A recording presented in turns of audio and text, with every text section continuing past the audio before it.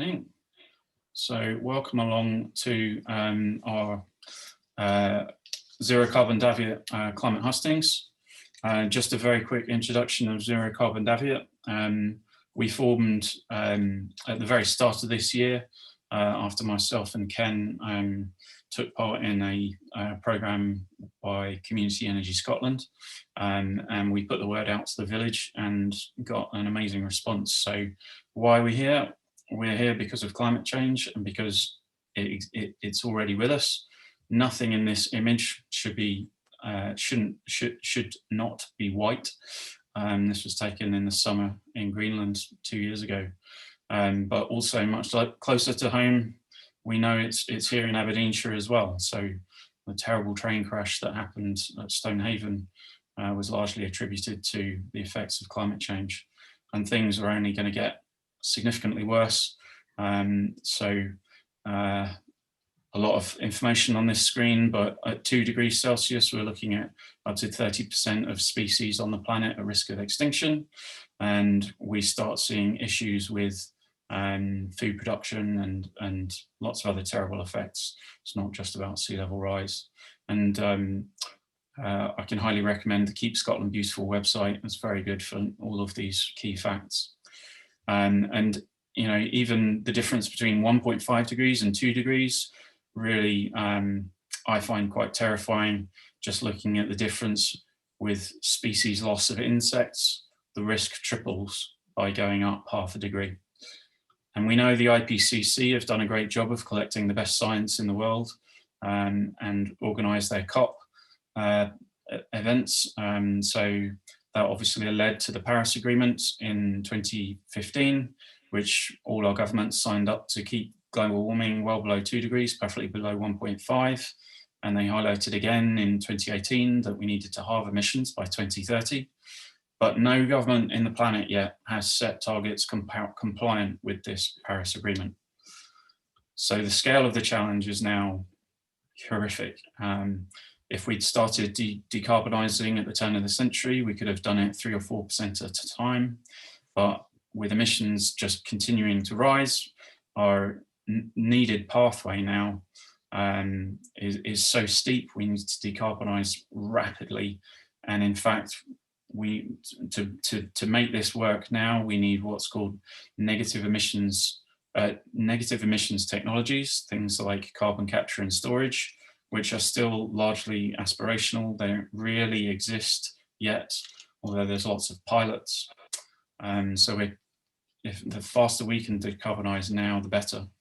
And this was highlighted at the Scottish Climate Assembly. So not just taking my word for it, but this is Professor Kevin Anderson of the Tyndall Institute in Manchester, who presented to the Scottish Climate Assembly. And we're very fortunate that Ken was an observer on the Climate Assembly, and he highlighted the fact that to meet the fair goals, Scotland needs to decarbonise at 10% per year now, and reach 75% reduction by 2030. And zero carbon energy by 2035 to 2040. So that's why we're called Zero Carbon Daviot, because we don't necessarily believe in net zero so much as true zero. And we want to try and decarbonise as much as we can in our community. You know, I think it's very tough for governments to do this, and as individuals it's very difficult, but as a community we feel we can really make a difference.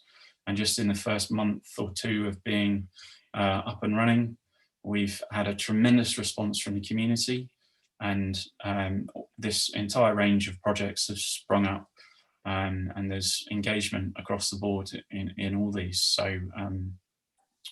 So yeah, we've got a great range of questions tonight that we'd like to put to you. But at this point, I'll hand over to Ken. Thank you. Yeah, thanks, Matt. Thank you. So as Matt said, we've got an interesting evening ahead of us. I'm just going to do a quick introduction to all our MSP candidates who very kindly agreed to come along to speak tonight. And then once I've done the quick bio, I'll hand over to each candidate in turn, and they'll get 4 minutes to speak about climate change and how it will affect us in East Aberdeenshire. And then I'll run through some questions that we've had in. Unfortunately, we haven't got enough time to do all the individual questions, so Matt and I have kind of compressed them into just 5 representative questions. And then we'll have the roundup for the evening, where each of the candidates can summarise what they feel about what they've heard tonight and what they'd like to do going forward.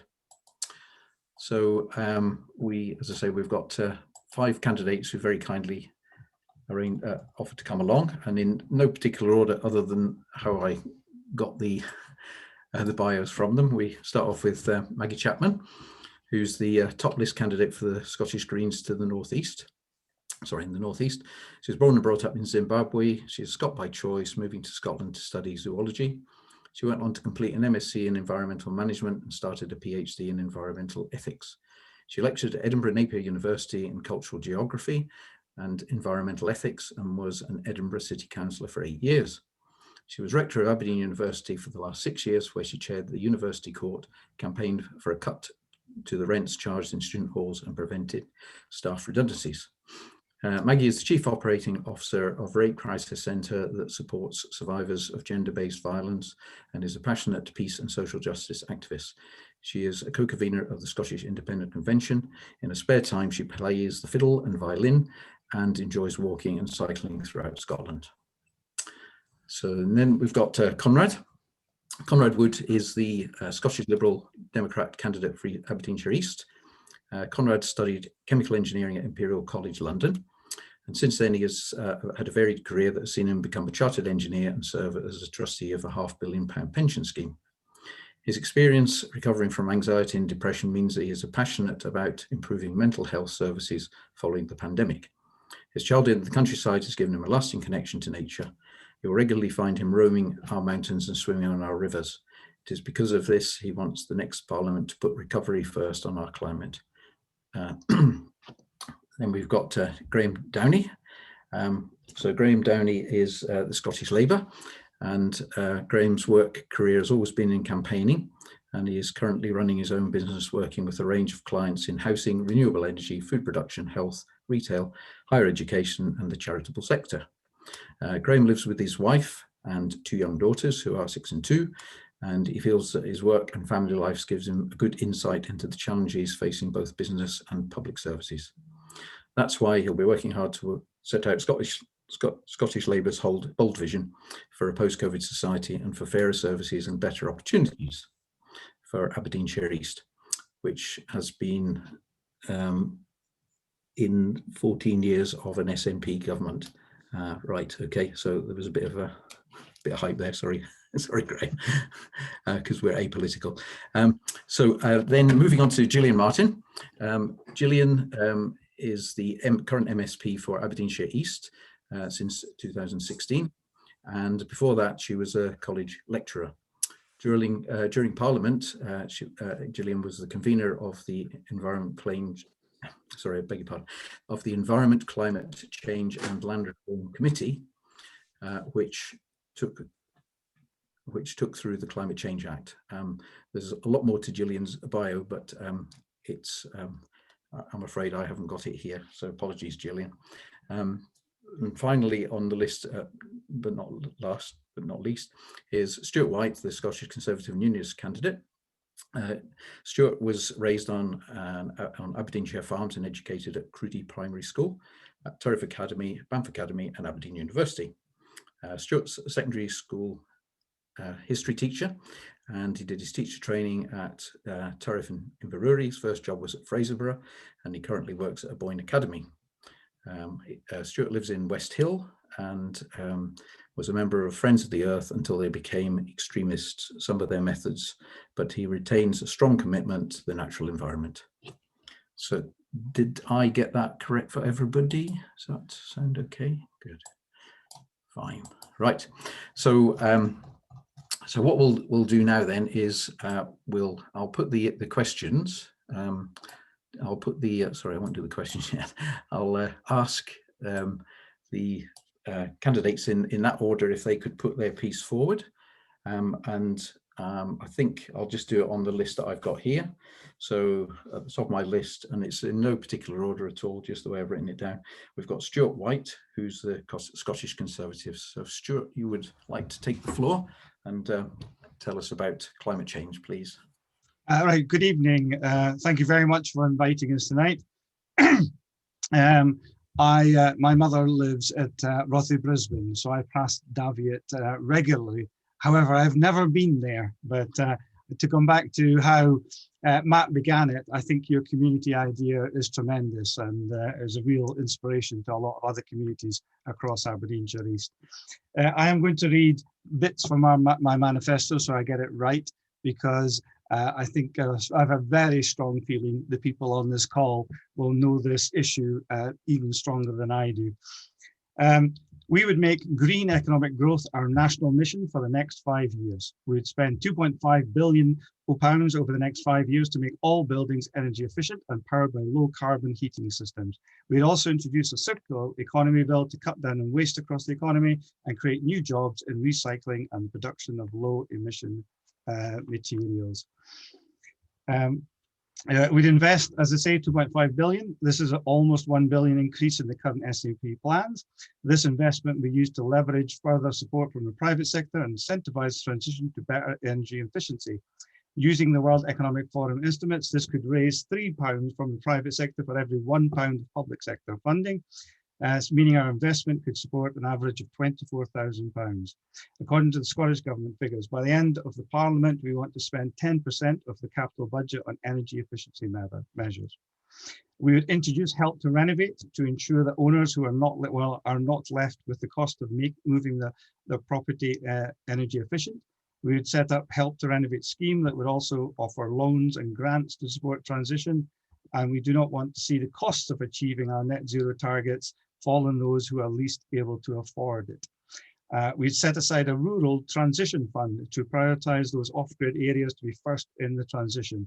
We'll set up a specific fund to support the transition of homes and businesses, premises heated by off-grid systems. We'd increase the share of the transport budget, which is spent on active travel, to 10% by the end of the next Parliament. During the pandemic, the number of people cycling and walking to work has increased, and we must take steps to maintain this. Due to the changed context, the Scottish Government's 2030 active travel ambition should be brought forward to the end of the next Parliament. I should have said at the beginning, we have committed to the interim 75% reduction figure by 2030. We would place the Active Nations Commissioner role on a statutory footing. The Commissioner will set the standards for all local schemes we used to meet to ensure access of buggies, wheelchairs, elderly people, etc. The councils would work with the Commissioner to evaluate temporary schemes implemented during the pandemic, and this is all for low traffic neighbourhoods and encouraging your pass for all, etc.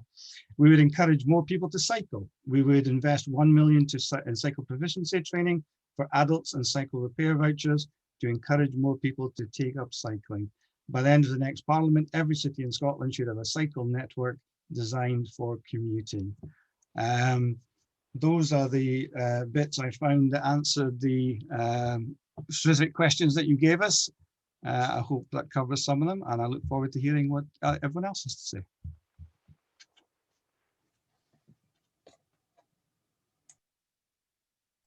Excellent. Thanks very much. That's great. Thank you, Stewart. Next on my list, and again, as I say, no particular order, I've got Conrad Wood from the Scottish Liberal Democrats. So Conrad, over to you, please. Thank you very much for having me. And I likewise think you've got a really good little group here. It's very inspirational. The next generations of decision makers elected to the Scottish Parliament will be responsible for some of the most important decisions and choices in Scotland's history. Because the world is on the brink of being irreparably damaged. Decisions over the course of the next 10 years will either make or break our planet. The climate crisis is clear. 2020 tied with 2016 as the hottest year on record. 17 of the 8th warmest years on record have occurred since the turn of the 21st century. In 2012, the Liberal Democrats created the Green Investment Bank, kick-starting a green infrastructure revolution in the United Kingdom. The Conservatives have since sold it off. The Scottish Liberal Democrats have been instrumental in forcing the pace of change so far. As a result of a Scottish Liberal Democrat Labour amendment to the climate change bill, Scotland now has some of the most ambitious emissions reductions targets in the world. Experts recognise that those targets push us to the very brink of what's possible. Chris Stark, the chief executive of the UK Committee on Climate Change, recently described the 2030 target as very, very stretching. The challenge may seem daunting, but the pandemic has been a timely lesson in that radical change and what radical change really means. COVID-19 has shown everyone what's possible when the public interest and political will demands that we focus on something together. We plan to plant millions of trees to help absorb emissions that have already been released into the environment. Heat our homes and all of our buildings without burning fossil fuels like we do at the moment. We want whole towns to be running on renewables. We want to switch over millions of polluting cars to electrical vehicles and put charging points in for them. We'll give public confidence in those vehicles by switching over government vehicles, police cars, council vehicles, all cars or as many cars as possible in the public sector over to electric through a presumption in favour of electric vehicles wherever that's possible. Likewise, we'd like to create green spaces to bring nature back into our cities and get rid of the use of single-use plastics. And we want a marine recovery plan to help restore our seas and all the animals in it.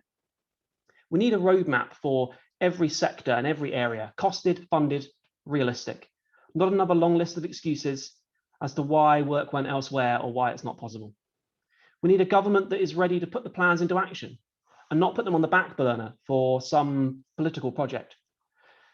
The SNP have already missed Scotland's 2018 emissions target, tried to remove the aviation tax and missed their own 2020 target for journeys made by bikes by a country mile. The SNP and the Conservative both support an expansion of Heathrow. Meanwhile, the Liberal Democrats have a record of delivery, so vote for us and we'll put recovery first for the climate.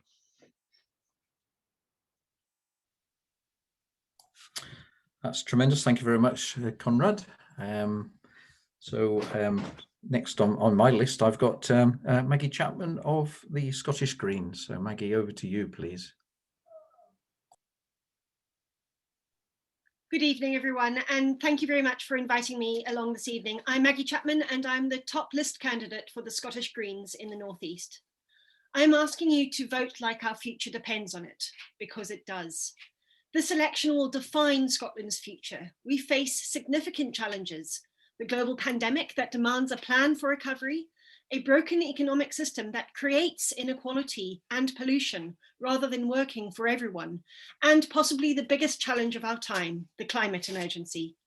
Our common future is the Scottish Greens plan for what we want to achieve in the next Holyrood term. For us, it's about creating a better world that sees the inextricable links between environmental, social, and economic justice. And it builds on the significant successes we have already had. I'm proud of what the Scottish Greens have achieved at Holyrood. Green budget deals have put an additional £420 million into local services.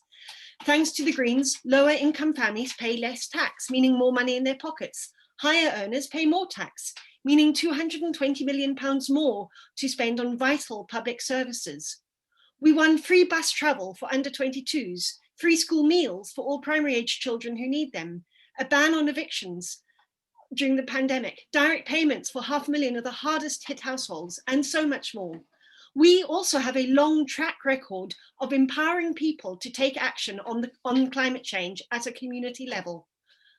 We were instrumental. We delivered the Climate Challenge Fund in 2007, which has supported hundreds of community groups across Scotland to tackle climate change and build resilience. Our approach to politics has helped tackle poverty, reduce emissions, protect public services, and ensure pay rises for public sector workers.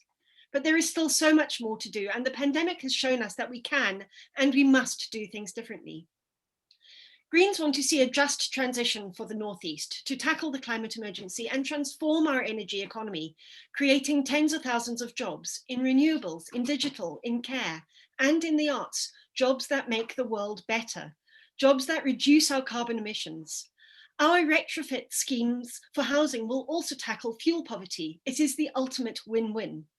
Our Rail for All plan will connect more communities than ever with reliable, affordable, green public transport, especially when this is integrated with to a clear active travel plan that prioritises walking, wheeling and cycling. We know we are at the frontier of a massive change in the energy system exchange that will radically decentralise it. That change requires us to put communities at the heart of the new energy system. We will need community ownership for strategic renewables and storage. And this means that we need to massively increase the capacity of communities to govern and deliver these renewables and storage. I want the North East to be the powerhouse of Scotland's new economy. This will allow us to reorient our economy and our society. We need an economy that works for people and planet with care at its heart, not an economy driven by profit. And we have an unprecedented opportunity to demand climate action with COP26 in Glasgow later this year. It allows us to make a call with our global leaders for a genuine global Green New Deal. COVID has shown us just how vulnerable we are, just how fragile our life support systems really are. We have seen the impact of climate catastrophe, and we know we face another catastrophe, climate breakdown, that is already affecting humans and nature here and around the world. And we know that that climate breakdown will be so much worse than COVID. But we have time to act, just. The science is clear. We have 9 years to prevent catastrophe. The sooner we start building that better tomorrow, the better that tomorrow will be. Thank you. Thank you, Maggie. Nice timing. So that leads me on to the next one on my list. And I've got Gillian Martin, MSP here, please. Gillian, if you'd like to take the floor. Thank you very much. So I really want to start talking about just transition, because the question really is about what we're going to do to get us to net zero and how that's going to impact on Aberdeenshire East. And I'm going to tell a bit of a personal story about why just transition is particularly and personally important to me, because I am the daughter of somebody who faced redundancy because there wasn't a just transition in the 1970s from the heavy industries that Scotland was built on. My father was an engineer in John Brown Shipyard in Claybank, and him and many of his friends and colleagues faced a terrible situation where all the work that they had done, the apprenticeships that they had gone from school to join heavy engineering and spent their whole lives in, were decimated almost overnight. And that's the reason why I'm an Aberdeenshire Gwyne, is because when I was very young, my parents had to move because there was no work, because there was no just transition in the Central Belt. And I look at the situation in the Northeast with the fluctuating oil price and the devastation that has brought families. And I see our net zero goals as being an opportunity to ensure that there's a just transition for the people of the Northeast, and to never let something like that happen again to a Scottish community, because we still have so many people that are involved in oil and gas still in this area and the supply chain for oil and gas. And if we don't do this properly, if we don't take net zero as an opportunity for this area, then we can have a situation that affected the Central Belt and from which communities have still not recovered from. So we've got the pandemic to deal with, and the priority obviously is to recover from the pandemic, but we absolutely have to make sure that we can't let an economic crisis of the pandemic mean a return to the status quo, because we've got that net zero target to meet. And climate change is a far bigger emergency than even the pandemic. And I firmly believe that the net zero ambition has provided us with an economic opportunity.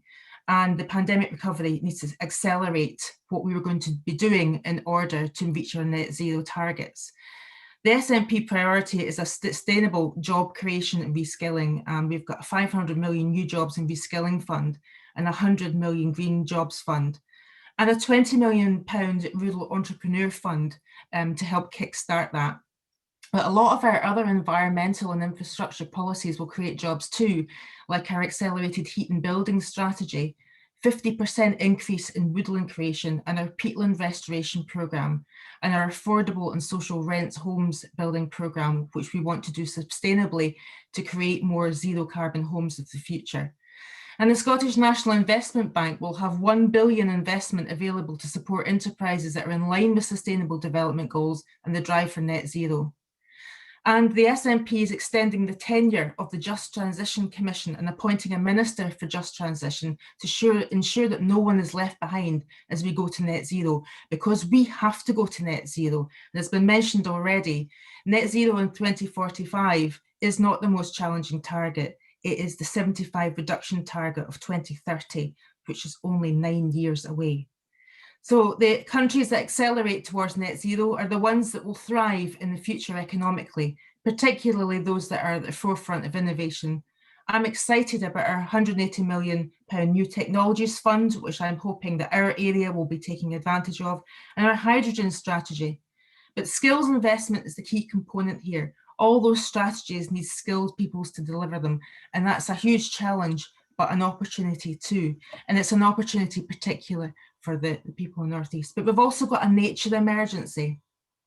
We have a biodiversity crisis, and we talk about a climate emergency. We also must partner that with our biodiversity emergency.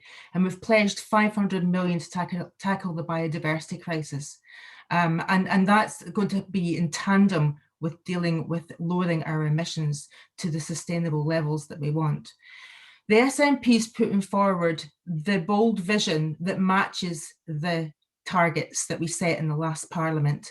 And I hope that if I'm returned, I'll be voting on all of those measures that have to be taken. But I also hope that my colleagues across all the parties will also be voting on the action that is required to get us to net zero, because we do not get a second chance at this. Thank you. Thanks very much. Thank you, Gillian. Next on my list is Graeme Downie of Scottish Labour. Please, Graeme, if you could take the floor, please. That'd be grand. Thank you. Very much. And thank you to the group for organising this. I think, as others have said, it's a fantastic initiative that's been set up there. What I'd like to talk about tonight is Scottish Labour's plan for a national recovery, which is what we want to focus on for the next 4 years.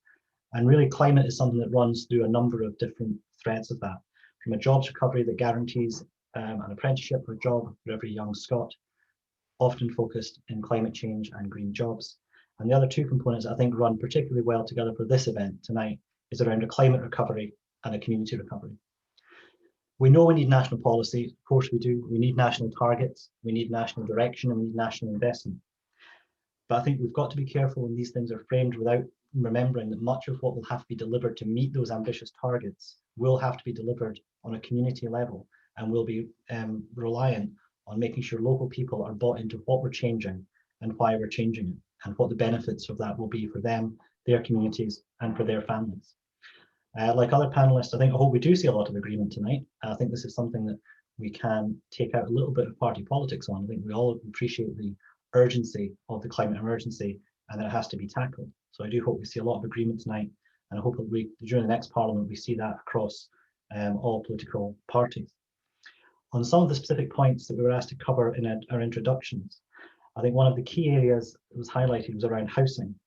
The Scottish Labour Party will create a national housing agency to work closely with local authorities and coordinate the rollout of measures including insulation, double glazing, boiler replacement, and forms of renewable heat and heat networks, putting some trust back into local authorities and into local communities to deliver, rather than making sure everything is driven from the centre. We currently have a quarter of Scottish households in fuel poverty, including 30% of pensioner households, and a statutory target to eliminate missed by the SNP during the last Parliament.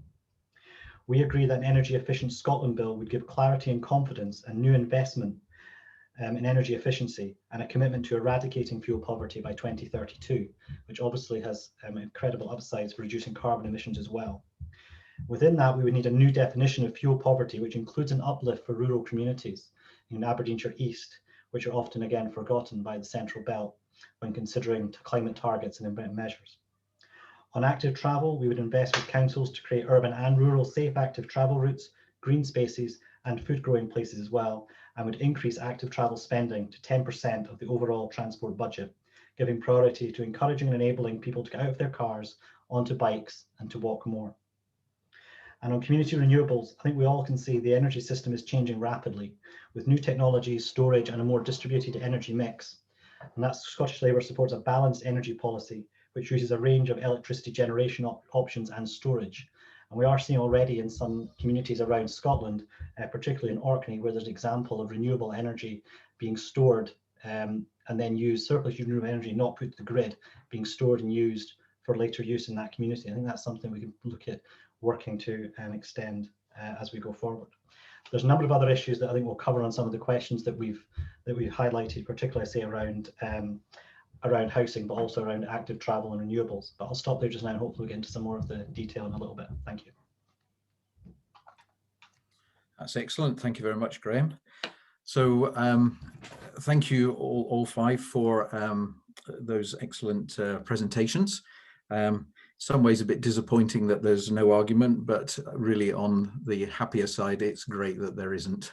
And you know, as Graeme's just said there, it's just excellent to think that we can all work together to tackle this climate emergency. So we've got lots of interesting thoughts coming from the floor there. Just wonderful if we can get just half of them into place. So what we've done as a community is we've got some questions together, and we had too many really to put them all out individually, so I can't really do my Robin Day thing here. I'll just have to basically what we did was we've compiled them into five questions that covers all the points that we felt were coming from the floor. So I think I could mix everybody up again, but I think it's probably just going to be easier if you don't mind if we just go in the same order. And I'll ask the question, and then each candidate, if they could you know, sort of stick to the timetable that we've got there, which is down the bottom here. So yeah, so we've got 2 minutes to answer these individual questions. And if you could just keep your eye on Matt's lollipop, then that'll be good for all of us. Thank you very much. So the first question is, will subsidies for encouraging improved soil management, such as regenerative agriculture, become part of your manifesto? And if not, why not? So that first question would go to Stewart Whyte of the Scottish Conservatives, please. Right, thank you, Ken. I'm very happy to go first each time if that's the way it works out.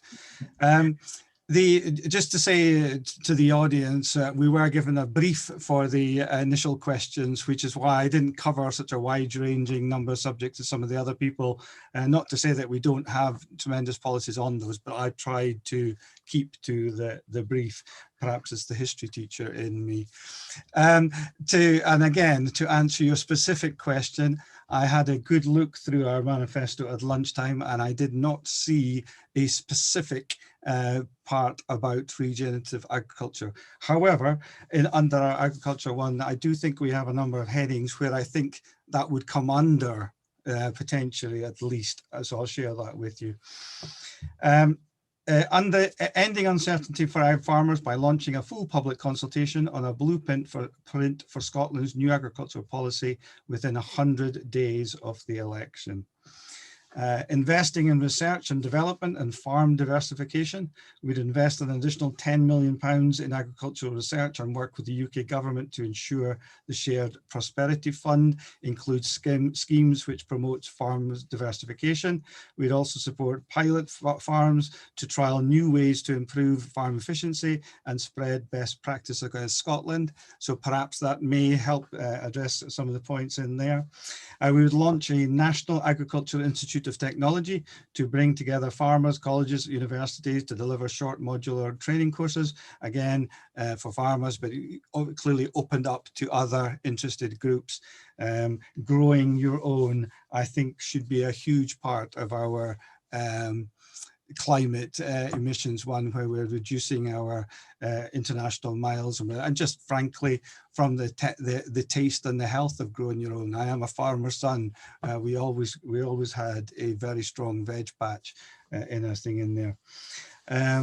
So as to why it's not specifically in my manifesto, it's way above my pay grade, and I can't answer specifically why that's not in there. I'll be interested to see if anyone does have that specifically in there, perhaps Maggie.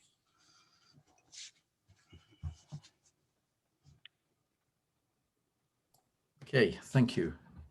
Yes, okay, Stuart, that was good. Thank you very much. I realised it was you were kind of working off the cuff there a wee bit, and sorry I've put you first every time. But if you're happy with that, I think that's interesting what you've said there about supporting farmers.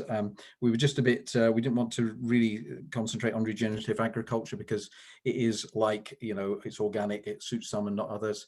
It's really, you know, kind of improve soil management to sequester, you know, carbon dioxide. That's where we're really going. So Conrad, the same question to you, please. Yeah, thank you very much. So I mean, obviously the way we manage land, both through farmers as trustees of our lands and other landowners is very important. In our recent budget negotiations with the Scottish Government, the Scottish Liberal Democrats secured £5 million more for an agricultural transition fund, which rewards farmers for environmental stewardship and them helping us to meet our climate change priorities.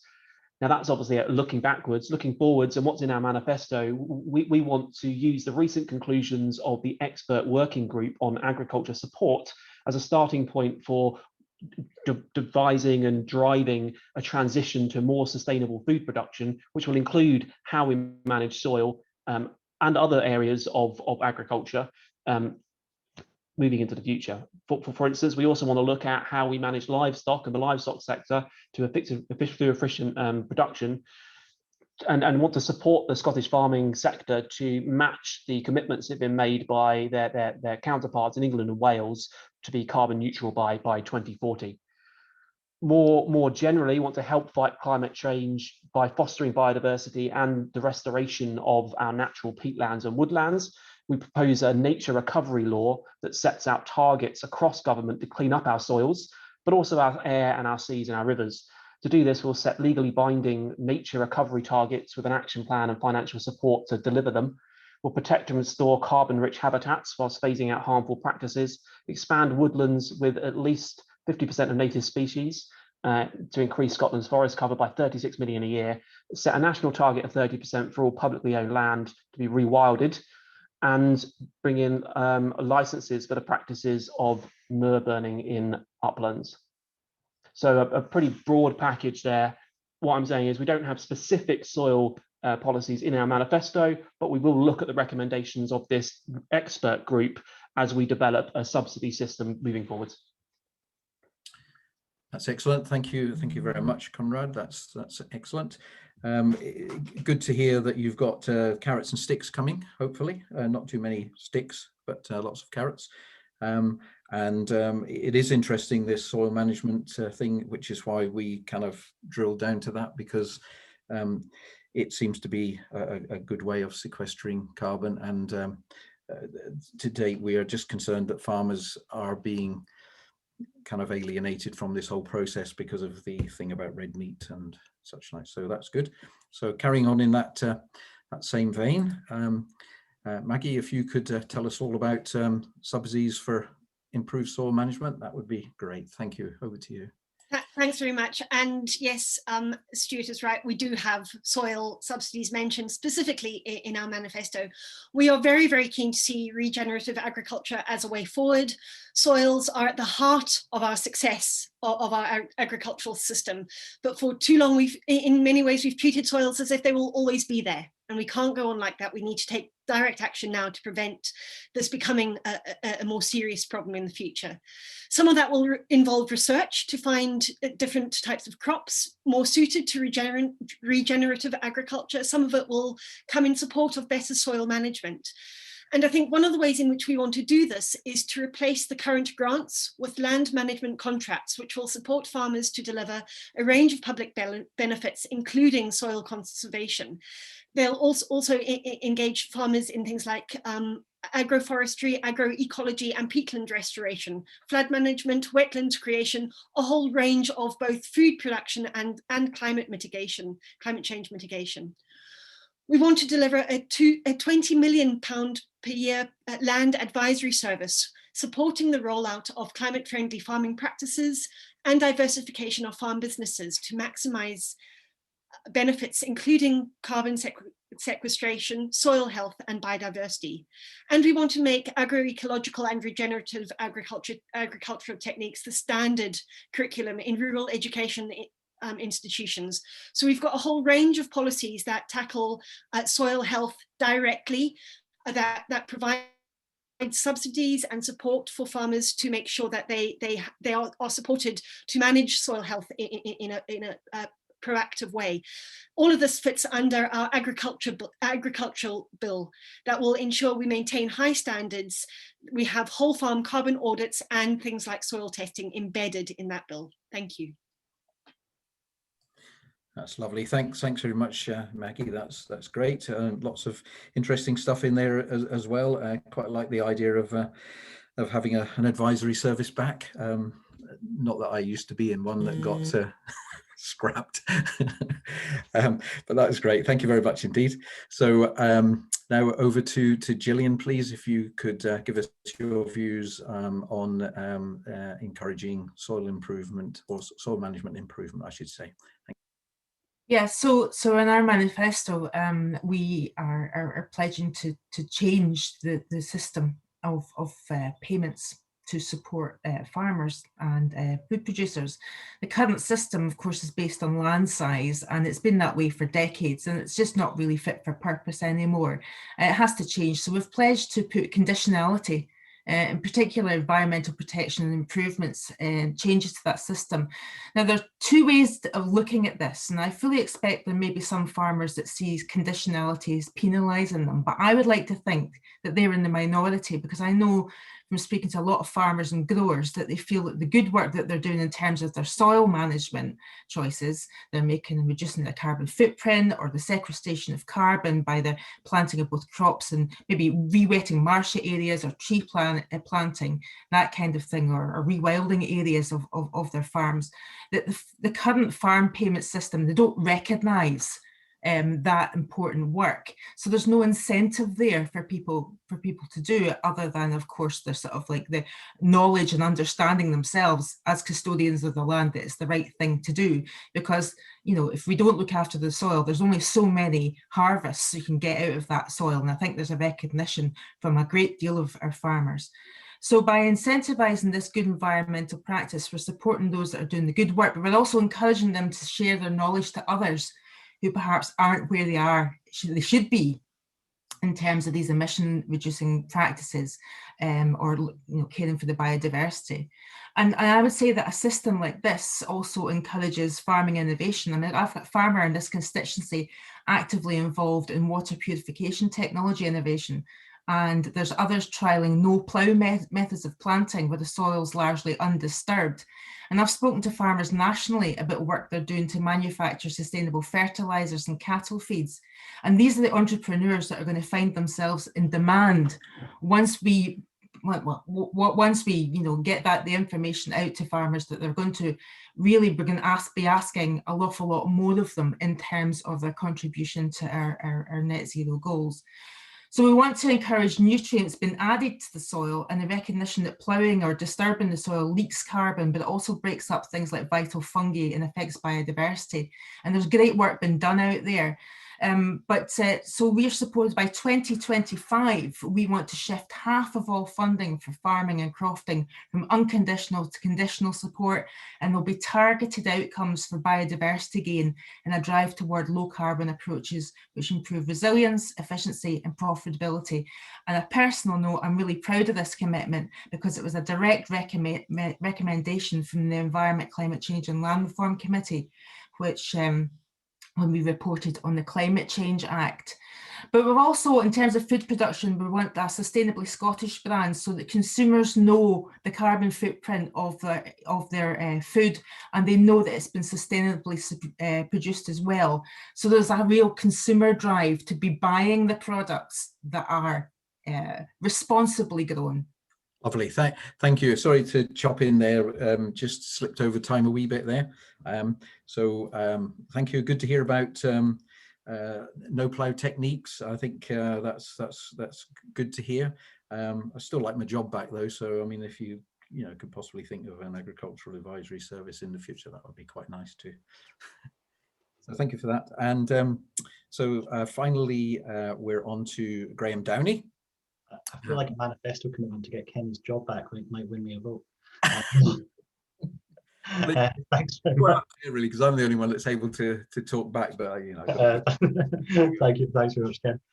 It's interesting. The more I've been researching these questions since they came in this afternoon, actually, the more I looked at this one in particular, the more I realised exactly that this was the heart of so much of the rest of the discussion, and something that I think we really needed to focus on. And to reassure Stewart, I can say that the documents backing up Labour's manifesto also mention soil as well, Stewart. So I think actually the Conservatives might be one of the few that don't have this mentioned indeed. So conversations with the higher echelons perhaps required. I think, as been covered already, I think the WWF recently pointed out that actually one of the reasons why farmers are not able to reduce their emissions is the lack of targeted financial support. So much like we mentioned by Gillian and Maggie already in different guises, Scottish Labour are proposing a new agricultural support system that actually seeks to clarify for farmers what they can, how they use their land, and actually to incentivise the development of sustainable land use while strengthening rural communities. And that financial support would also promote diversity of ownership, including cooperatives, small and medium-sized farms, and accompanied by payments which reward public good and incentivise higher environmental standards. So I think that has to be the carrot element as well.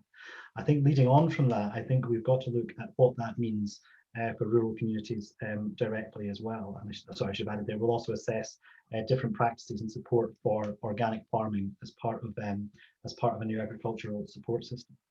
I think early in the new Parliament, we need to see the Good Food Nation Bill, which was not passed the last time, and need to focus more on field to fork and how farming happens, when it's farmed, what is farmed, and really focus on the public good, including the benefits to the rural economy and bringing back sustainable communities.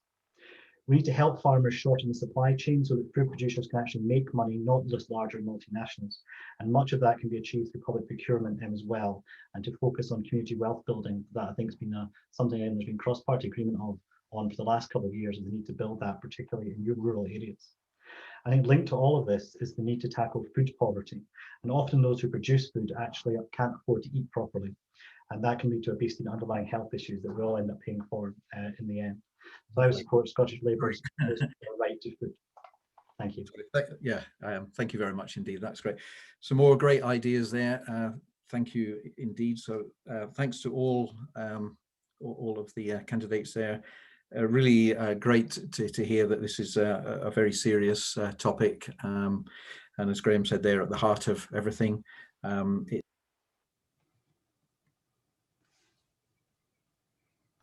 You've gone on to mute, Ken. Yep. So thanks again. Yeah, it's really good to hear this from all parties, because we're just concerned as our community that the farmers, as I said earlier, just have a bit of a downer with all the emphasis on red meat and methane production, which we feel are issues, but can be addressed. So thank you all for covering that. And so we're going to move on to the next question now, which I think is very unfair on Stewart going every time. So I'm just going to rotate round, which is what I should have done in the first place. So this will go to Conrad Wood first of all. And so what I'm saying on this one is, or what our question is rather, is with more and more electricity being produced by wind turbines, mostly sited in the north of Scotland, how will you ensure the elimination of unfair tariffs for customers of the electricity companies north of Dundee? Up until now, very little appears to have been done to rectify this anomaly. So this has come in from one of the people in our community. And if you happen to go on to a compare website, so for example, I changed electricity at home in Aberdeenshire, and I'm sitting down in Dalbeattie at the moment. at my aunt's house, and I went to the comparison website, and exactly the same company, it was tuppence a unit cheaper here in Dalbeattie than it is in Inverurie. And it seems to be across the board that the big six still couldn't control that. So that's really the heart of this question: is you know, what would you guys want to do about it? So starting off with Conrad, if you could take the floor, please, that would be good. Thank you. Yeah, thank you very much for this question. I mean, I've been an electricity payer in two places. I've been an electricity payer in London when I was at university, and I've been an electricity payer up here in and around Aberdeen. So I wasn't actually aware of this until this was risen here, and now I'm very, very interested in it. So if I were returned as the Member of Parliament for this area, I would like to certainly understand what's causing this much more. In discussion with you guys, but also in discussion with the energy companies, and try to understand what's driving it. It would be my hope that as more wind power is produced up in this area of the world, you know, wind power is now the cheapest form of power in the UK, that market forces would drive down. The market forces would pass on the efficiency savings associated with being closer to the source of generation, and also closer to an efficient source of generation to the end user. And we need to understand what's causing any breakdown in the market and stopping it from being efficient. And that would be something that Ofgem may ultimately have to come in to look at. Now, what I will say is that the Liberal Democrats are committed to reviewing and improve the community wind benefit scheme to make it easier for communities to receive a share of profits associated with wind generation on their doorstep. So although that's not about the tariff, which I would look to try and understand and resolve, it does mean that communities get a bit of a slice of the pie from projects on their doorstep. Excellent, lovely. Thank you very much then, Conrad. And that is interesting. It is a slight aside, but this is all sort of linking into the energy bill, where at the moment everything's controlled by the big six, and we just as a community want to be able to have the opportunity of charging out our own electricity, and this is just symptomatic of what we're up against at the moment. Thank you very much for raising that. It wasn't something I was aware of, but something I will look at. Thank you. So Maggie, if you would like to go next on what you guys would be able to do about electricity bought locally but charged from central. Yeah, thanks very much, and thank you for this question. I think it's a really important question, because it gets to the heart of a few different issues with the way our energy supply and our energy companies currently work. The regulation of the energy market is reserved, so it's a responsibility of the UK government, not the Scottish government. The tariffs are imposed and controlled by and managed by Westminster, but that doesn't mean to say that that's an excuse for us not to do anything about it. I want dealing with the climate emergency to be one of our national missions, a national challenge, if you like, that brings people together across society from various backgrounds to try and solve problems. We've tried to deal with these problems in silos, and those silos, I think, were designed for the 19th century. And for too long, that means we've had one part of government pulling in one direction and another part of government pulling in completely the opposite direction. These sorts of perverse incentives need to go. And I think it's really an artifact of a very centralized and outdated energy system. So there's another really key issue here. Customers don't always get a good deal, because the energy companies that do exist, they're pretty much solely to make profit. And we need to rethink and reconfigure who owns our energy companies, how they are governed. Scottish Greens want communities to have the opportunity to own their own energy supply and their own energy generation in a meaningful way. Having community-owned energy generation systems across Scotland would transform how we viewed energy and how we used energy as well. And with renewables, we have real opportunities to do that, to have community generating schemes in every community across Scotland. So I think whilst the energy market itself is reserved, to Westminster, there are a whole range of things that we need to be able to do to strengthen community power over this kind of decision, because without it, we aren't going to get away from these irregularities and these unfairnesses, really. Excellent, lovely. Well, thank you very much, Maggie. That's good to hear, and after our own heart as well. It's just one of those things that you know, in the north of Scotland, we've had oil and gas coming in, being you know, close to the shore, and it's gone straight past us, and we're still waiting for gas in Daviot, but I think we're too late for that now. So over to Gillian, if you could let us know what your thoughts are on this. Thanks, Ken. And I'm largely going to agree with what Maggie said, because of course the contracts for difference in the electricity tariffs are powers that are reserved to the UK government, not in control of the Scottish government. But the impact that they have on our net zero goals and our fuel poverty is very significant, and it does really stick in my craw that Scotland can only, on a windy day, we can produce 100% of the electricity we need from renewables, but yet they're at a disadvantage price-wise when they're selling that into the national grid. And our homeowners have to pay more for their electricity. So ideally, the UK government would overhaul the system and prioritise the use of renewable electricity in the first instance, and would have a fairer system in terms of, you know, rurality, for example, is not been an unfairness when it comes to the actual cost of your electricity. I'm not holding out much hope for that, but you know, I want to mention about the Scottish Government's pledge to have its own electricity company, its own power company, which would be non-profit making. So we've got our own energy company. It had to be paused for the pandemic, but it's going to be accelerated in the coming years if we're back in government. I mean, Scotland's shut all its coal-fired power stations, the supported offshore and offshore wind, in line with our net zero goals, but it is a very unfair playing field for those industries at the moment. And if you want to sort of, like, you know, that when you're using electricity that's coming from renewable sources, really you don't know that, because basically it's based on your electricity supplier and who they're buying their electricity from at that point, because there's this fluctuating market all the time. So I think that the solutions about having communities actually generating their own energy is an absolutely spot on one. I mean, we've got quite a lot of community energy projects and pilots going on at the moment. We've got one in Edinburgh, which is using solar. We've got one in Fife that's looking at hydrogen for their heat. We've got Tesla batteries being used for Grampian housing in the centre of Aberdeen. And I'm also been speaking to a bunch of people that are very far down the line and actually putting community energy into Inverurie if they get planning permission for that.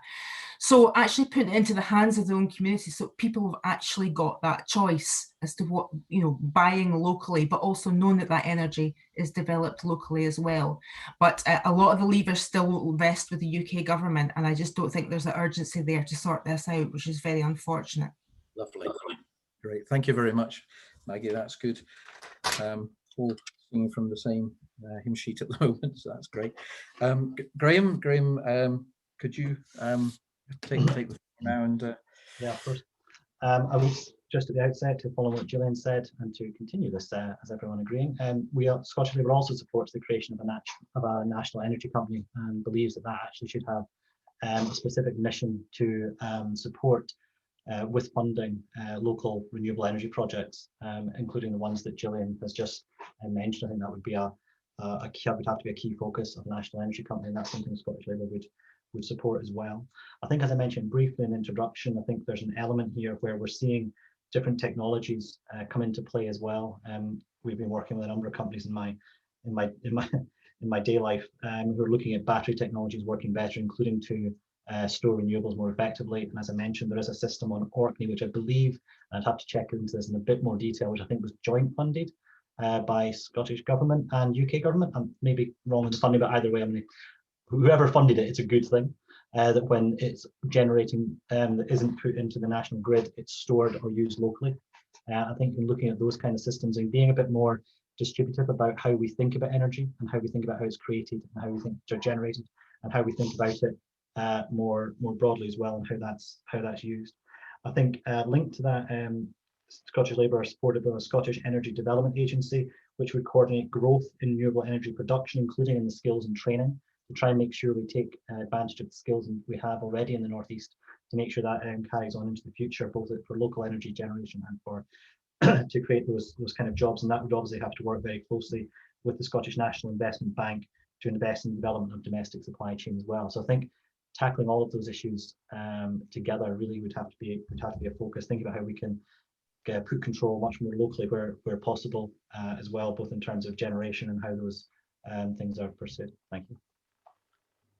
Fantastic, lovely. Thank you very much, Graeme. That's good to hear. Orkney job is very interesting to us. We heard about that in our Community Energy Scotland webinars, and we did wonder if having a ring of water around your community makes you more of a community, because we were, we talked to the Orcadians. I mean, they are, using surplus wind onto a hydrolyzer, generating hydrogen, which ultimately they'll use for their ferries. So it's fantastic, really, it is great. And I think the UK government has used that principle for the Isle of Wight as well now.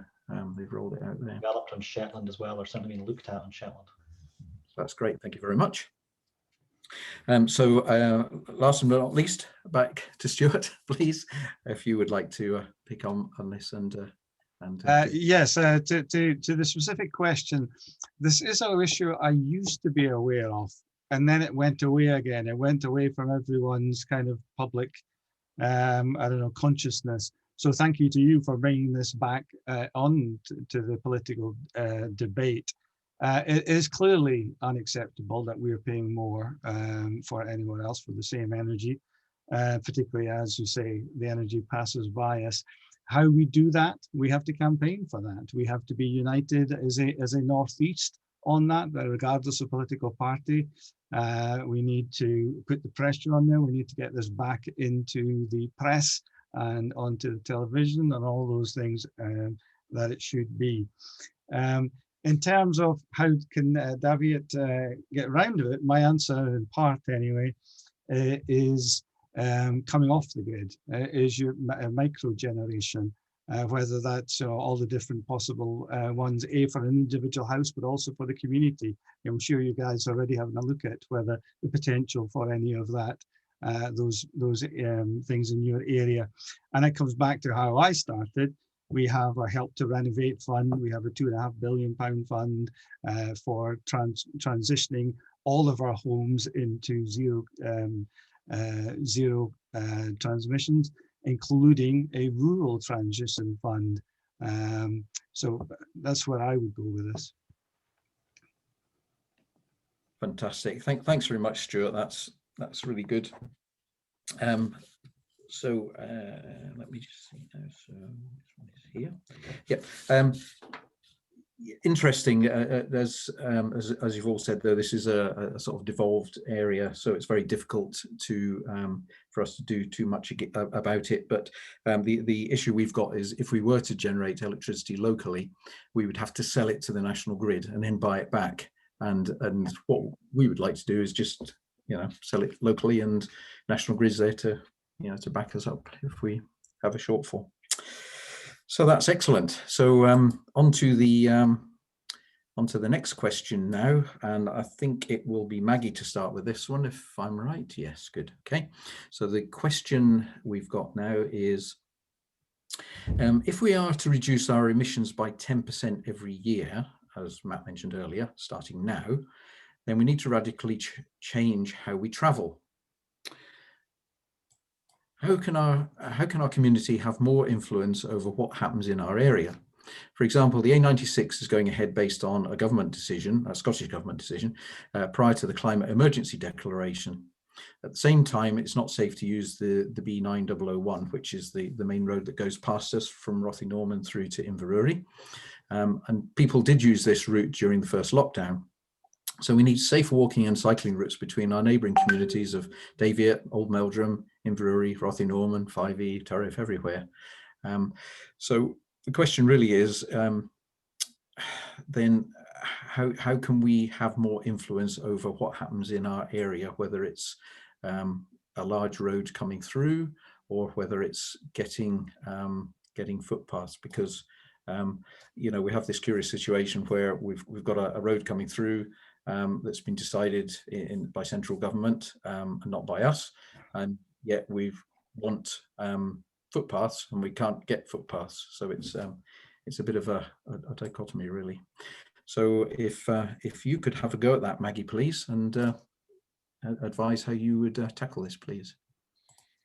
Yeah, thanks very much, Ken. I think, you know, as the question states, emissions from transport are going to have to come down. They're the single biggest source of climate emissions in Scotland, and with the long-term trend of driving and car ownership increasing, while bus patronage, cycling and walking for all emissions, they fall, emissions, we know, continue to rise.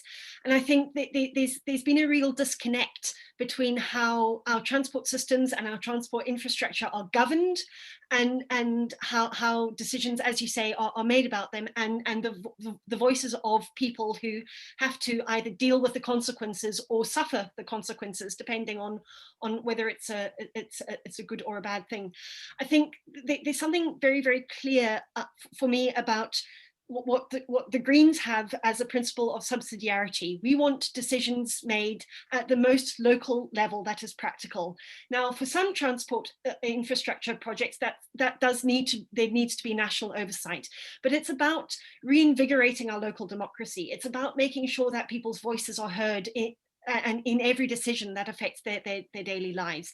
I think, you know, we've seen a burgeoning of what people are calling citizens' assemblies or citizens' panels, and I think there needs to be a genuine engagement from the Scottish Government down into local authorities, and from local authorities down into communities, to make sure that voices are genuinely heard. I don't want us to not take this election as an opportunity to rethink power. I think we need a radical decentralisation of power across Scotland, and transport planning, transport infrastructure development is an obvious one where communities will really benefit from having the opportunity to have their voices heard in a real way. You know what works best in your communities. You know where you need to go from and to, and what methods are best for that. And we need to make sure that our democracy works to allow your voices to be heard. Lovely, thank you very much there. That's great, Maggie. So Gillian, over to you. Try to mute my microphone. I hope you can hear me, because I seem to have lost your picture, but if you can hear me, can you? Yes, we can, yes. Great. Okay, so in terms of like public engagement, the thing that I advise, and obviously I've had to do this over the last 5 years, is for communities to engage with the public consultations that come out from Transport Scotland, and that's been happening over the A96 route. Made very strong lobbies from Aberdeenshire East not wanting the route to come near Daviot, not wanting the route to come near Oldmeldrum, and that was largely successful. A lot of it around encouraging people to highlight the environmental concerns that they had around that. But the dualling of the A96 itself is a direct result also of public and community pressure to upgrade that road system in the north, and in terms of improve our connectivity. That's something that certainly when I first get into politics, people were very exercised about, is the fact that our connectivity in the northeast wasn't as it should be. And I think that there's a number of reasons for that. I mean, safety is one of them. The A96 has not been safe. I used to work, my first teaching job was in Elgin, and I used to there wasn't a train that got me there in time for my classes, so I used to have to drive, and it's a very dangerous road of driver frustration in particular, and overtaking. But so we need to look at the safety of our road system as well. And but in terms of actually making your voices heard, you need to get involved with public consultations as they happen, not when decisions have already been made. Get in there early. But one issue about cycle paths and getting cycle paths approved is obviously a lot of that's around local authority and permissions from local landowners. And I've often found there's a standoff between local authorities and communities and some landowners, and that's the current situation between Inverurie and Oldmeldrum. We've got the vast majority of landowners along that route are cooperative, are quite happy to have the cycle path, but there's one or two that aren't. And I think this is something that really needs to get looked at, particularly maybe under the new land reform bill. We can address delivering more power to communities to compel, to be, you know, for common good projects like that to be taken into consideration. That when you've got one person standing in the way of something like that, then maybe it has to get taken out of their hands, because that's sort of stymieing a lot of local decision making. But I'd also say one other thing, that a lot of these decisions around these the non-trunk roads and cycle paths are made by your councillors, and the council elections have the lowest turnout of any election, and they probably make the decisions that most affect your everyday lives. So if the political will is not there, and we've got a Tory-led administration in Aberdeenshire, you know, if the political will there is not there to put budgets into active travelling, it won't happen. So you must vote in your local election, and you must also ask your candidates in the local election what they'll do to make that better. But as a party nationally, we're pledging that 10% of our national transport budget will go on walking, cycling and wheeling. So there will be money available to local authorities to prioritise this. Thank you very much, Gillian. That's an interesting take on that, particularly the community right to buy. We're just concerned as a community, though, that the landowners are part of our community, and wouldn't it be kind of better to have somebody to mediate rather than confrontation within the community? But anyway, interesting thought. Thank you very much. So Graeme, if you could pick up on that now and roll with it. Thank you. I think just specifically on how to influence decisions, I think the public consultation process is something actually that, again, in my day job, I do an awful lot of, working for both charities and private companies. I would say there's, in a welcome way over the last year, there's been an increased engagement in those processes, partly because we've been doing them digitally. I think that's opened up a lot more public engagement, especially around planning, to a wider audience of people who frankly can tend or view information when they want and don't really want to spend an hour in a community hall of an afternoon or evening. So I think that's been a very positive aspect, and I hope including that digital consultation element, something that the Scottish Government keep over into next year. At the moment, it looks as though they're going to take that out as a requirement and put it back to they all have to be in person. I think we need to make sure there's maybe some kind of hybrid system there to allow communities to have their views heard. I would say when there's an effective community group lobbying on those kind of issues, certainly clients we work for will always take it seriously and always will always look at it, and will actually in many cases cede to community requests, because well-organized communities have got an incredible amount of power, as they should have. I think specifically around active transport, similar to what Gillian has mentioned and Stewart mentioned at the beginning, Scottish Labour are committed to 10% of the overall transport budget being focused on active travel, to give priority to encouraging and enabling people to get out of cars and onto bikes and walking as well.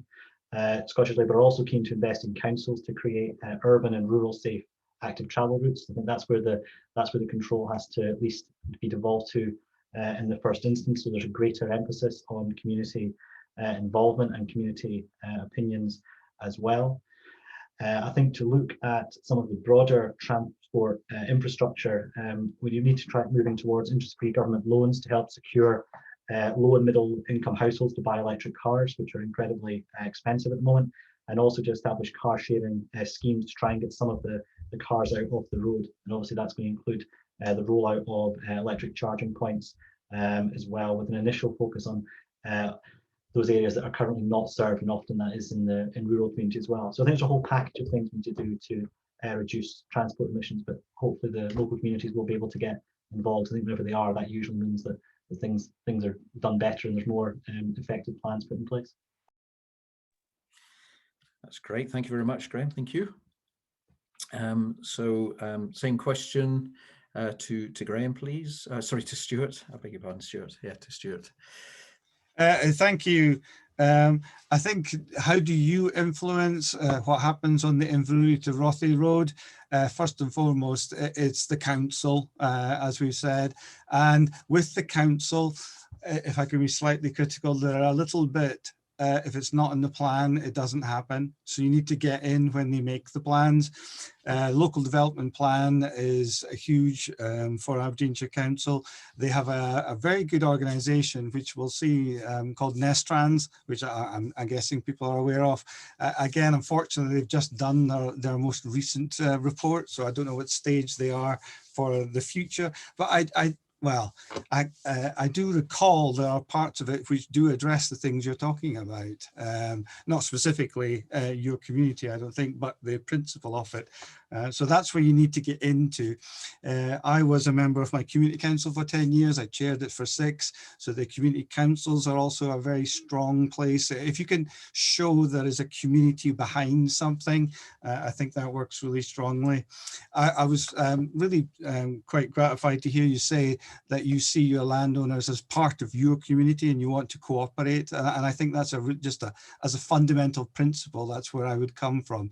As I said at the beginning, I am a farmer's son, and I do feel that we are part of the solution in that. In terms of identifying a path and a cycleway between your different communities, I think there's some tremendous examples of that across Aberdeenshire. And I think you guys, I'm sure, probably more aware, well, certainly more aware than me of the better routes that are there. And then it is a case, I would suggest, of approaching your landowners, coming up with a plan. There are lots of there are funds across Scotland for these things, and there'll be ways to help you. And again, the council will be very strong on that once you have a plan and once they are okay with it. If I could also say, partly as Graeme said, I don't see the road by itself as the problem, it's what's on the road. So we are very strong on rural buses. Just to talk about buses, one thing was in the paper today, the Aberdeen City, their fleet of hydrogen buses has just done 100,000 miles, and that meant 170,000 kilograms of CO2 was not emitted. So I think the bus network is something that we're incredibly strong on. Fantastic, lovely. Thanks very much, Stewart. Yeah, that's good to hear, and I don't think there's anybody objects to the improvements on the A96 that you were talking about and Gillian was talking about. I think it's just the question of the embedded carbon in pouring lots of concrete across the countryside. Is that the right way forward? Should we be looking at something more of a halfway house? I think that was the emphasis on that one. But thank you very much indeed. So that leaves us with Conrad now. Thank you. If you could pick the floor up, Conrad. And sorry, I muted myself on 2 devices because I was told I was popping up. Right. Thank you for this question. Travel and transport in Scotland is the largest single cause of emissions. It's over 1/3. So we need to drive this down if we're going to drive emissions down overall. The Scottish Liberal Democrats want to drive emissions in transport down by reopening railway lines and phasing out fossil fuels on the network. We want to build public confidence in electric vehicles through a presumption of electric vehicles in the government and creating a network of rapid chargers. We want to oppose a new runway at Heathrow, and we stopped the SNP scrapping aviation tax. We want to go on and reform that so it hits frequent flyers more. Likewise, we want to encourage active transport. We want to create safe spaces for cyclists and walkers when we build new roads. We want to create a challenge fund to help install showers and changing rooms in workplaces and community facilities to encourage people to use bikes to get to work and to community hubs.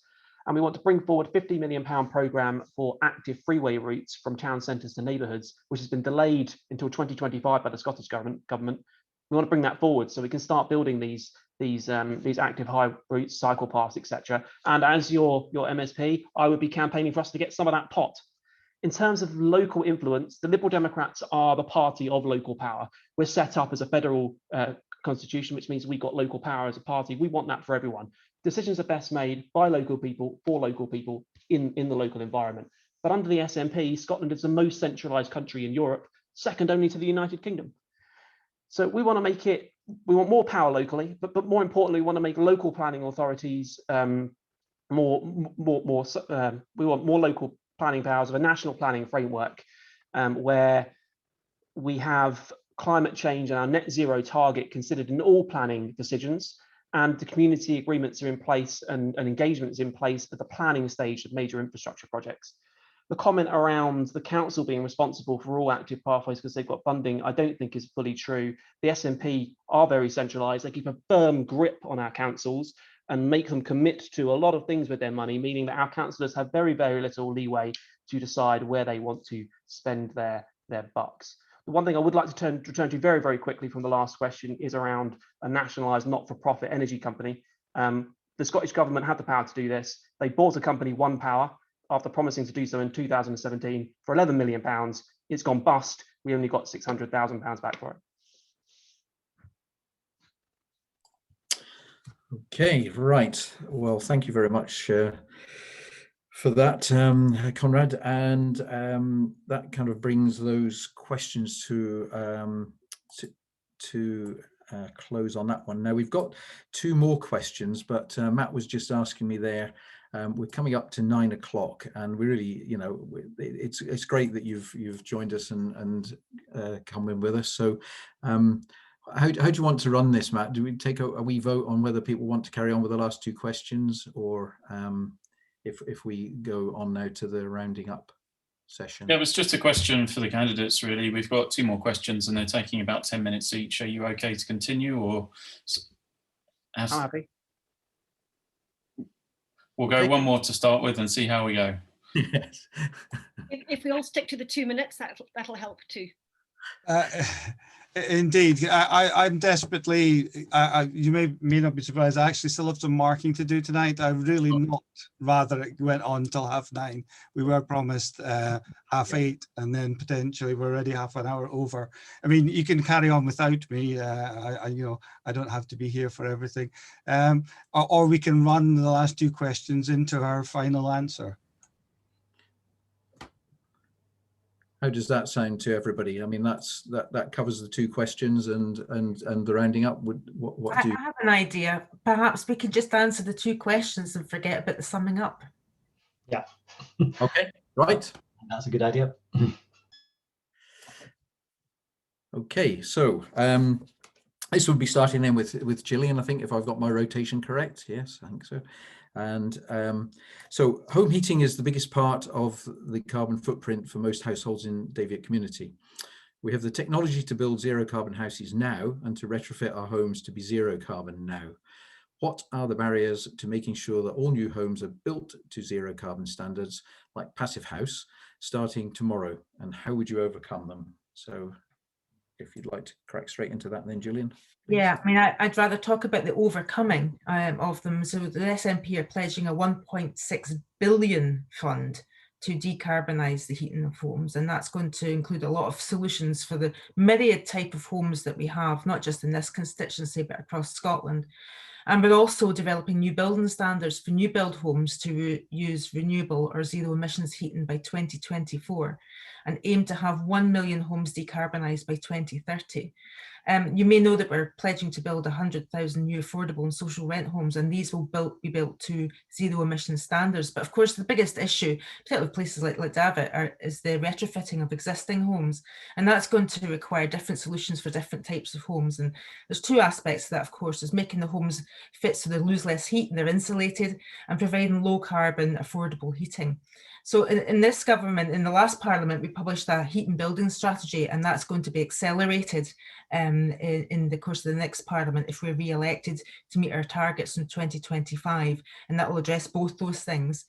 I mean, some people are advocating the use of air source heat pumps, you know, a blanket, but that it's not a one size fits all. There needs to be more of a strategy in there for the right type of homes.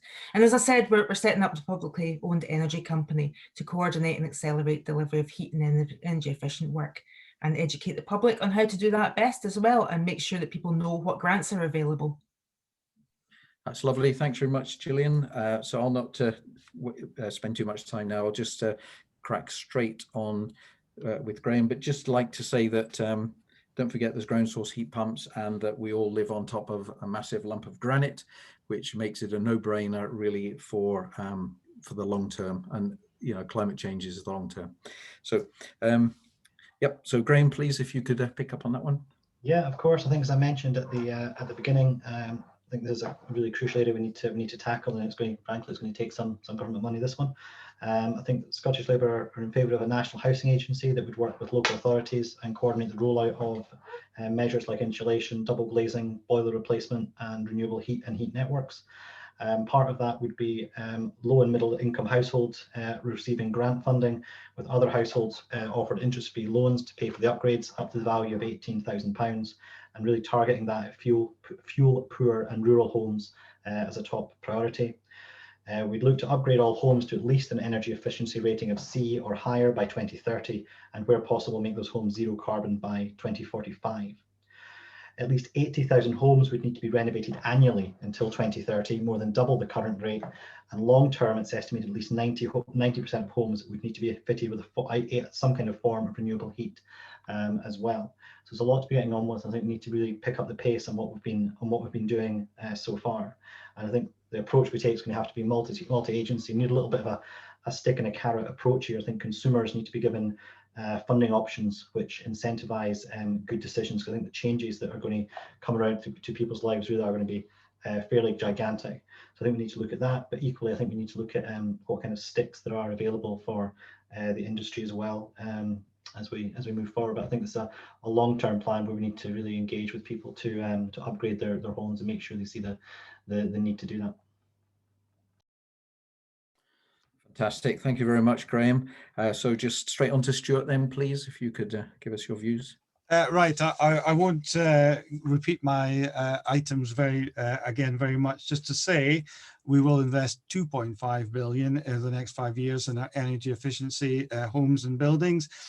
We also have the help to renovate to allow to people to retrofit, and the Rural Transition Fund. To look at your question again at lunchtime, in between searching for the soil in the manifesto, I managed to look up Passivhaus, which I had assumed it was German, but is not, and it was new to me. So again, thank you for that part of my education. The question is, what is the barriers to Passivhaus and similar type ones? I would say is, having looked at those, is the public perception of what a house is. They were very much flat and very blocky. And I think if we're talking about honestly about how the general public is, we are like our semi-detached and our detached homes. And I think if we are going to go for something like that, there'll need to be a massive education program about why we simply must go for that. And I'll be honest, I think that's a big push and a big ask on where people would feel like that. But to come back to the original point, our national green energy mission is something that is huge in my manifesto. Lovely. Thank you very much, Stewart. That's great to hear as well. And glad you like the idea of Passivhaus. It's an interesting design that we would like to move towards because of it was suggested in Scotland's Climate Assembly. So moving on now to Conrad, please, if you could pick up on that question. Certainly. Can you hear me? I've muted myself. Good. Emissions from buildings amounted to about 23% of the total emissions for Scotland in 2018. There are around 2.5 million households in Scotland. The vast majority continue to leak heat and rely on unsustainable gas systems. So we need to fix this problem. We will bring forward an energy efficiency and zero carbon bill to underpin a new zero carbon home strategy, which will introduce ambitious targets as we seek to meet our emissions and fuel poverty targets. We'll declare home insulation a national strategic priority and set a target to have covered the whole of the country by 2030, accompanied by doubling fuel poverty budgets to eliminate fuel poverty and to provide incentives for all householders. These steps have been estimated to create 34,000 jobs in energy efficiency. We will use the Passivhaus standard because it reduces energy efficiency by 3/4. It does have some issues with cost and it does look a bit funny, but as we use it more frequently, the cost will come down and we'll get more normalized to it. So for that reason, we are planning on setting targets for all new social housing, including affordable homes, to be built with Passivhaus standards by 2025. To put that into context, we're planning on building 60,000 affordable homes by the end of the parliamentary term. We're going to invest in low carbon heating for Scotland's homes, 80,000 homes a year for 5 years. as part of our energy efficiency and zero carbon law. We want to switch 1 million homes from gas to heat pumps by 2030. And we want to increase building standards to require all new build residential properties to meet EPC-A ratings by 2025. So not the Passivhaus at that point, but Passivhaus standards by 2030 once the costs have come down. We will support an increasing number of projects to develop underground geothermal energy for heating, which I think is what you're getting at with the granite there. Ken, a quick look up from me whilst I was waiting. And in short, what I want to say is that we will roll out home insulation using Passivhaus on social build projects to drive down costs, bring up their visibility in our communities, and from that point onwards, it will become normal in future building. Fantastic, lovely. Thank you very much, Conrad. No, the granite is just actually high thermal conductivity, so it's very good for ground source heat pumps rather than in England where they've got a lump of chalk to suck it out of. Thank you for that. That's brilliant. Good to hear. When Matt put his sign up with 30, I thought it was a score, because when you said energy rating A, that's what we like to hear. Thank you. So that's fantastic, Conrad. Thank you. So Maggie, if you could pick up now, please, that would be great. Thanks, Ken. Yeah, Scottish Greens have tried on several occasions to get the Scottish Government to do a really serious mass retrofit programme. We know from our colleagues south of the border that they've made an enormous difference by area-based retrofitting, and we think we can learn from that. The Scottish Government has done some of this, but nowhere near enough. And it's really important we do this because of the triple benefit we get. It reduces bills, it creates jobs, and it reduces carbon emissions. Certainly the feedback we got from the Scottish Government at one point was that people thought retrofitting houses for energy efficiency was boring. So I want to see zero carbon standard for all new homes and massive programme of investment as part of the recovery. Scottish Greens will place a home upgrade programme. We'll put in place a home upgrade programme ensuring that all homes reach a minimum of energy performance standard C or above by 2030, and reducing the average household energy costs for everybody. But simultaneously, we need heating homes to be zero carbon by 2040. And all of these things that the people talk about, the barriers, we need to be very clear that we support these programs through new legislation that provides clarity across the sector. And we need proper investment. We know that £500 million worth of public investment could lever in £7.5 billion of private investment, creating 75,000 jobs and achieving the goals for homes and other buildings. So we need to significantly and urgently scale up existing energy efficiency and green heat programs. We need to retain interest-free loans and cashback incentives currently in place for private homeowners. We need to fund an Energy Leap programme to pioneer and then roll out deep retrofits at scale. This approach upgrades the most inefficient homes first to the highest energy efficiency, taking cost-effective whole street approach. We in our manifesto have the requirement to have all new homes meet Passivhaus and other net zero standards too. So there's a suite of Maggie. Oh, sorry, sorry to cut you out, but we're just there. That is all music to our ears. Fantastic stuff. Just one in defence of the Scottish Government. I think it was Dominic Cumming that described retrofit as boring, actually, but he's gone now, so we're okay. So thank you very much. And just the last question now, if we could move on. I think I've covered everybody, is that right? Yes, yes. Yeah. So last question is, Scotland's Climate Assembly identified that the government should set standards to meet the urgency and scale of the climate emergency.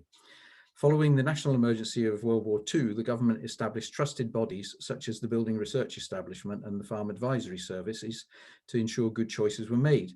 But these organisations are now privatised. Should the next government make this information freely available again? And honestly, this wasn't my question, and it's not because I want my job back. But on that note, oh, we've got extra help. So, yeah. So, Graeme, if you could pick up with that with your partner. Hi there. Right, we're going to try to do these questions so we can get you to bed. So yes, I did see this question. I think I don't have a definitive answer to this one. This is one where I have to admit this is not covered directly in our manifesto. I think going back to what I said at the outset of the session, we need to make sure there's a balance between central information and guidance and community action on the ground. I think I've already mentioned during the session so far where Scottish Labour believe we need bodies such as national housing agencies Scottish Energy Development Agency, and a new agriculture support system as well. So I think wherever possible, I think it's important we work with communities to give them the information they need, including giving information to different parts of the rural economy and the farms as well. So I can't specifically say why we'd be bringing back these kind of services, but I think it's very clear that we do need central coordination to share best practice, but making sure delivery is carried out at local level. So sorry, Ken, I can't guarantee you get your job back. Thank you very much. But I mean, it's good to see that you're proving that guys can multitask. So well done. She's writing my notes for me. Oh, excellent. Well, she's the one we've got to worry about, let's face it, for climate change. So thank you very much, Graeme, and on to Stewart now, if you could pick up from there. Thank you. To give you one quick sort of rounding up for my final answer would have been to inspire everyone. My school at Boyne Academy, which is a secondary school, a public theatre, a swimming pool and a community centre, is powered by a wood chip biomass boiler and has been for around a decade. And it uses the wood chips as offcut from the local sawmills on Deeside, which again cuts down the carbon footprint. So there are things happening, and there have been things happening, and we can continue to work from that and take inspiration from that. Your specific question, I was delighted to see the Second World War get a mention. Not an area I often cover with my classes, to be fair, but the serious point, and it did make me think, if we are talking about a national emergency, which we treat as if it had been a national emergency of the war, then we do need to think about the national emergency. And there are definite things we can learn from those public bodies, exactly as you say. To your specific question, I can't see why the information should not be free. We want to get as much information out there as possible. Lovely, that's fantastic, excellent. Thank you very much indeed, Stewart. Thank you. And so I'll just quickly move on then to Conrad, and we'll just go past the fact that I mentioned World War II. Yeah, given that we're not going to have closing statements, I'm going to get this out here quickly. We do. It says urgency and scale of the climate emergency. It is urgent. We've got 9 years to do it. We've had a couple of weak comments about how independence would make everything better with fuel tariffs. We can achieve that with a federal system within the United Kingdom, reforming it to have a fairer system like Australia and Canada. But quite simply, you know, we can have taxes. We can deal with what we want to do with drug deaths, for instance. But ultimately, we don't have time to do that right now. That's our passion, but we recognise we need to put recovery first. So let's put that to the side and deal with the climate emergency. In terms of open and fair information, openness and honesty is vital in democracies. Democracies die in darkness, and neither the UK nor the Scottish government are the open governments we deserve. The Scottish government have, for instance, launched a boat with windows painted on it to disguise how far behind schedule it was, and come up with technical reasons why they can't publish information until after the First Minister's given evidence, or in the case of education studies, for instance, until after this election.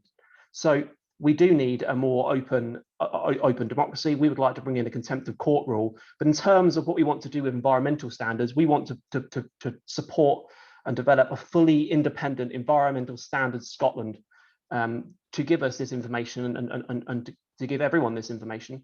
And we also want to create a specialist environmental court to provide a speedier and more accessible, cost-effective environmental justice system. So in short, we need to get more information out there, make it freely available, but also be able to hold our governments to account, both the UK and the Scottish government. I know I hit the SNP a bit hard there. I don't need to hit the Conservatives. Go and look at Prime Minister's questions today, and you can see that we don't have the open governments that we should have. And the Scottish Liberal Democrats will, as a Scottish Liberal Democrat, I will always speak out against rising authoritarianism in the UK and Scotland as a whole. Okay, thank you, Conrad, for your piece there. Thank you. And so moving on to Maggie now for her piece on this. Thank you. Thanks very much, Ken. Yeah, we know we face an unprecedented challenge in the climate emergency, and we know that the politics as usual, business as usual, and economics as usual won't deliver the change we need to see. So we cannot afford to go back to the old ways of working pre-COVID, because that really is no future at all. When we're speaking about the building research establishment, farming advisory services, these kinds of institutions, I'm really, really committed to the open availability of information to help inform both citizens and policymakers. And I think the trusted agencies approach is one element of that and is really, really important. So we have in our manifesto, we want to support community ownership or public ownership by encouraging transfer of things like forestry and land Scotland to communities through community asset transfer schemes, or into local authority or government control, because yeah, this information should be publicly available. But I think we also need to look at citizens' contributions to this. The Citizen Science Air Monitoring Project in Aberdeen is a really, really good example where citizens install monitoring equipment in their own properties so that we can build a picture of air pollution around Aberdeen more generally and begin to turn that into pressure for change. So, you know, there are lots of different ways that we can look at seeking out new sources of data, new sources of information, and citizen assembly approaches are a really, really good example of one of the ways in which we could do that. Putting experts into communities, allowing experts to discuss with communities and decision making, so to enable genuine science-based, evidence-based decision-making by citizens. But all of this needs to be supported by funding and by structural support by government. Excellent. Thank you very much, Maggie. Lots of great ideas there again. So it comes now to Gillian. I mean, this wasn't a fiddle, but as the sitting MSP, you actually get the last say on this tonight. So if you would like to. Thank you very much. I mean, I've mentioned farming payments already and the proposals for changing them to be conditional. And as part of what you're asking producers to do is to become low emission and to put the environment at the forefront of their consideration. You need to support them with the information on how to do that. It's only fair, it's the right thing to do. We already have a great deal of public agencies already work in this field, so they may be asking more of them, but also we already work a great deal with, like, for example, the NFUS on these issues, on sharing best practice. They've been doing a pound of work in the last few years working with the Scottish Government in this. But more generally, in the last couple of years, we established the Just Transition Commission to advise government on how to transition to net zero in a fair way that leaves no one behind, and with extending their tenure into the next Parliament and having a Just Transition Minister appointed as well. And working with the Environment Cabinet Secretary, I see very much their remit having in it the climate education part of things, how to help sectors across Scotland work together, work towards this net zero target in a way that they understand. But we also need to make sure that the decision makers at every level of government understand the drive to net zero and the decisions that they make, how they impact on that drive to net zero as well. And part of that as well is carbon budgeting. And we don't do enough carbon budgeting. It's one of the things that my committee is always complaining about. The Scottish budget should have a carbon assessed, and we've actually asked the government to actually deliver on that, and there's work been done with Inverurie University on that. So at every level of decision making in the public sector, and people that are actually wanting to get public money for things, they need to be factoring in their carbon footprint as well, and there has to be conditionality and education around that as well.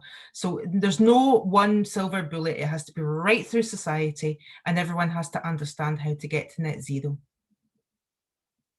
Excellent, lovely, thank you very much. Gillian, thank you. Interesting that you're speaking about that.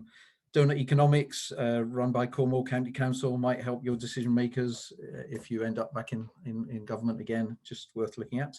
Something Matt and I both picked up on through SCAN. So thank you, and thanks to all our MSP candidates tonight. We really appreciate you taking the time to come and join us. a small little group in Aberdeenshire, but hopefully the message will go further.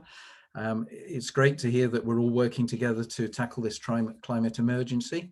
It's, you know, it's for a political group meeting like this, it's just wonderful to hear that we're all on the same track. So I'd just like to hand over to Matt to just thank everybody, and we'll let you go for the rest of the evening. Thank you. Yeah, no, just the same to say, really. I'm very sorry that we've overrun. I really appreciate that everyone's busy, and I feel like I've got to know you and your policies that a little bit better. So really appreciate it. And we'll be sharing all this with the rest of our membership who couldn't make it tonight.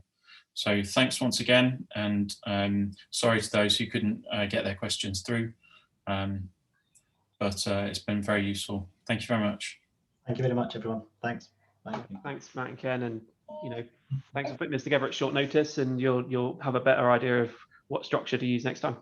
Yeah, for sure. Thanks very much. Thanks all. Take care. Keep safe. Bye. Thank you, everyone.